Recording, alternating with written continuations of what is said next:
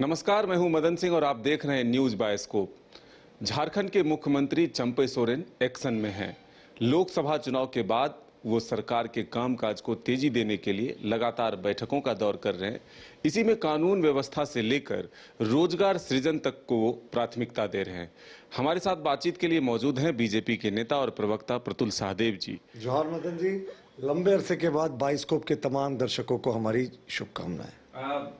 बड़ी चुनाव की भाग दौड़ के बीच जो है दूरी हम लोगों की हुई थी, लेकिन अब फिर से वो जारी रहेगा सिलसिला। प्रतुल जी, ये जो मुख्यमंत्री का समीक्षा बैठक चल रहा है, इसको आप किस रूप में देखते हैं? या चुनावी मोड है या फिर एक्शन मोड है? देखिए, अगर समीक्षा बैठक कर रहे हैं ना तो उसका परिणाम भी आपको दिखना चाहिए। ये परसों विधि व्यवस्था की समीक्षा बैठक कहते हैं और कहते हैं कि अधिकारियों पे गाज गिरेगी जिनके यहाँ परफॉर्मेंस नहीं होता, जिनके यहाँ अपराध होता है। और आज रांची में दिन दहाड़े अति व्यस्त इलाके में बस स्टैंड से सटा हुआ, जहाँ हमेशा 200-400 लोग रहते हैं, एक प्रतिष्ठित ज्वेलरी दुकान में लाखों रुपए के गहनों की लूट हो गई। अभी तक लूट का आकलन नहीं लगा। ये क्या विधि व्यवस्था पर समीक्षा और एक दिन के बाद वहाँ डाका राजधानी में। उसके बाद एक्सट्रीम स्पोर्ट्स बार की कहानी कोई भूला नहीं। 6200 रेप केसेस हुए सरकार के कार्यकाल में। हेमंत सोरेन पार्ट 1 पार्ट 2 कितने केसेस में चार्जशीट हुआ, जबकि 60 दिन के अंदर चार्जशीट करना होता है। तो मुझे लगता है ये सिर्फ आई वॉश है इनकी समीक्षा बैठक। पर मुख्यमंत्री जी ने इस बात को स्वीकारा कि जो म्यूटेशन है उसमें गोरख धंधा चल रहा है। कहा कि कई सीओ नपेंगे। हजारीबाग, जमशेदपुर, रांची के सीओ का नाम लिया। कहा कि म्यूटेशन को आप क्यों नहीं लंबित कर रहे हैं? जाहिर तौर पर पैसे का खेल है मदन जी। पैसा लो, तमाशा देखो। यानी सीओ रोक कर रखते हैं ताकि लोग आए और पैसा दें। मुख्यमंत्री जी का यह कहना कि म्यूटेशन में बड़ा घपला था, ये हेमंत सोरेन के पूरे कार्यकाल पर प्रश्न बिंदु लगाता है। वो इसलिए कि ये सीओ तो उन्हीं के समय से काम कर रहे थे। मुख्यमंत्री जी को तो आए हुए जुमा 4 दिन हुआ और जुमा 4 दिन बचा हुआ भी है उनके कार्यकाल का। तो वो अपने ही सरकार पर प्रश्न कर रहे हैं और कह रहे कार्रवाई होगी। तो अब ये आम जनता पूरे तरीके से पीड़ित है, सिर्फ फोटो अपॉर्चुनिटी है। ये समीक्षा बैठक करके अब वर्क्स डिपार्टमेंट का वो समीक्षा बैठक कर रहे हैं। कह रहे हैं कि जो चेक डैम्स है, डैम्स, उनका काम तेजी से बढ़ना चाहिए, जो कंस्ट्रक्शन है उसका काम बढ़ना चाहिए। अब बताइए, एक सामान्य सा व्यक्ति जानता है कि बरसात में कंस्ट्रक्शन और डैम्स का काम लगभग थम सा जाता है। तो उसके बाद मुख्यमंत्री उसको रिव्यू करके कार्य में तेजी लाने की बात कह रहे हैं। और 15 अक्टूबर तक एनजीटी का रोक लगा हुआ है बालू के उठाव पे। अब मुख्यमंत्री के ही गिरिडीह जिला में बालू का उठाव लगातार हो रहा है। तो ये कैसा विरोधाभासी कि एक तरफ ये बालू की तस्करी को रोकने की बात करते हैं। अब वो आवास का उन्होंने रियलिटी चेक किया और कहा कि कितना वो आवास बन रहा है, क्या बन रहा है। उसमें इनका जो बजट था उसके भीतर तो बालू ही उससे ज़्यादा आ गया। बालू जिस हिसाब से महंगा है झारखंड में, मुझे लगता है देश के सबसे महंगे दरों में होगा। स्टॉक कर लिया लोगों ने, बालू माफियाओं ने। सरकार कोई कार्रवाई नहीं कर रही। तो इसे आप सिर्फ फोटो के लिए कह रहे हैं? हाँ, मुझे लगता है कि मुख्यमंत्री जी को फोटो खिंचवाना इतना शौक था तो छोटी छोटी बैठ के उद्घाटन कर लेते। किसी दुकान के उद्घाटन, मॉल के उद्घाटन में चले जाते। क्यों तमाम अधिकारियों को बुलाकर जनता की आंखों में धूल झोंक रहे? साहब, अब आप क्या कर लेंगे 4 महीने में? लेकिन वो तो कहते हैं कि भाई जब हम काम करना शुरू करते हैं, बीजेपी वाले को चुभता है, ईडी से परेशान करने लगता है, सीबीआई से परेशान करना लगता है, इनकम टैक्स से परेशान। वर्तमान मुख्यमंत्री को किसने परेशान किया? कौन सा ईडी, सीबीआई और इनकम टैक्स का रेड? आप लोगों का नाम? अरे चंपई सोरेन जी कब आ गए ईडी के रडार में? अब ये तो आप हमारे लिए एक नई बात। हेमंत सोरेन जी के बारे। अब हेमंत सोरेन जी को 4 साल था काम करने का।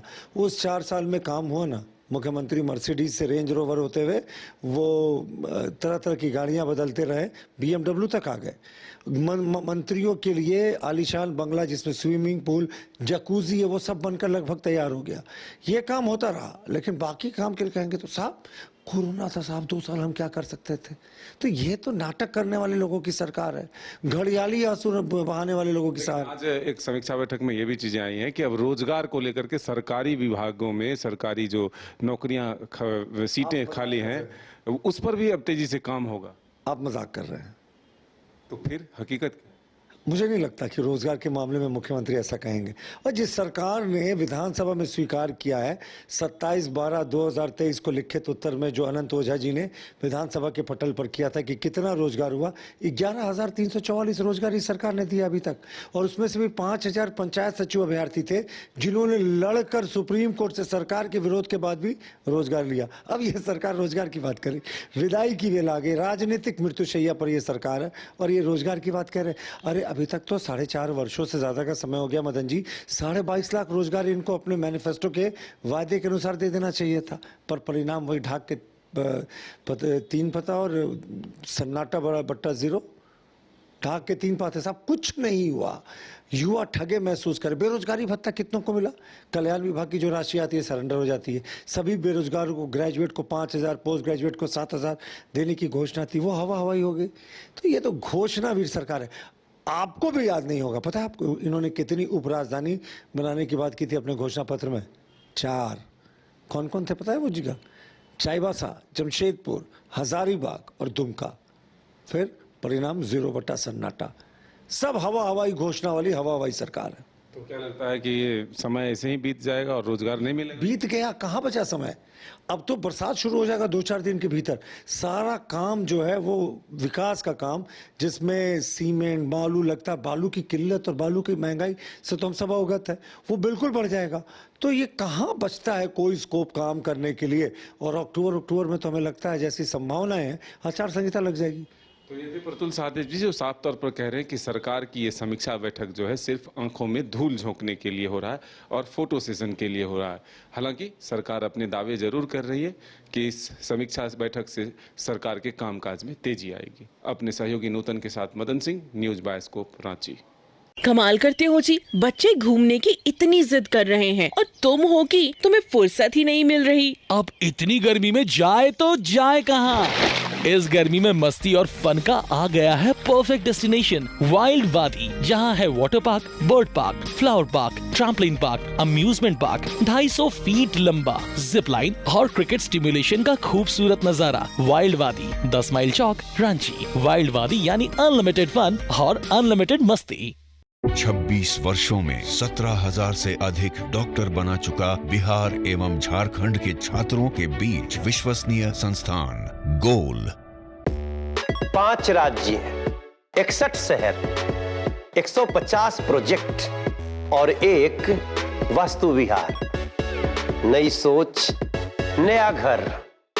बनाए रखिए अपना प्यार, सेवा में है वास्तु विहार।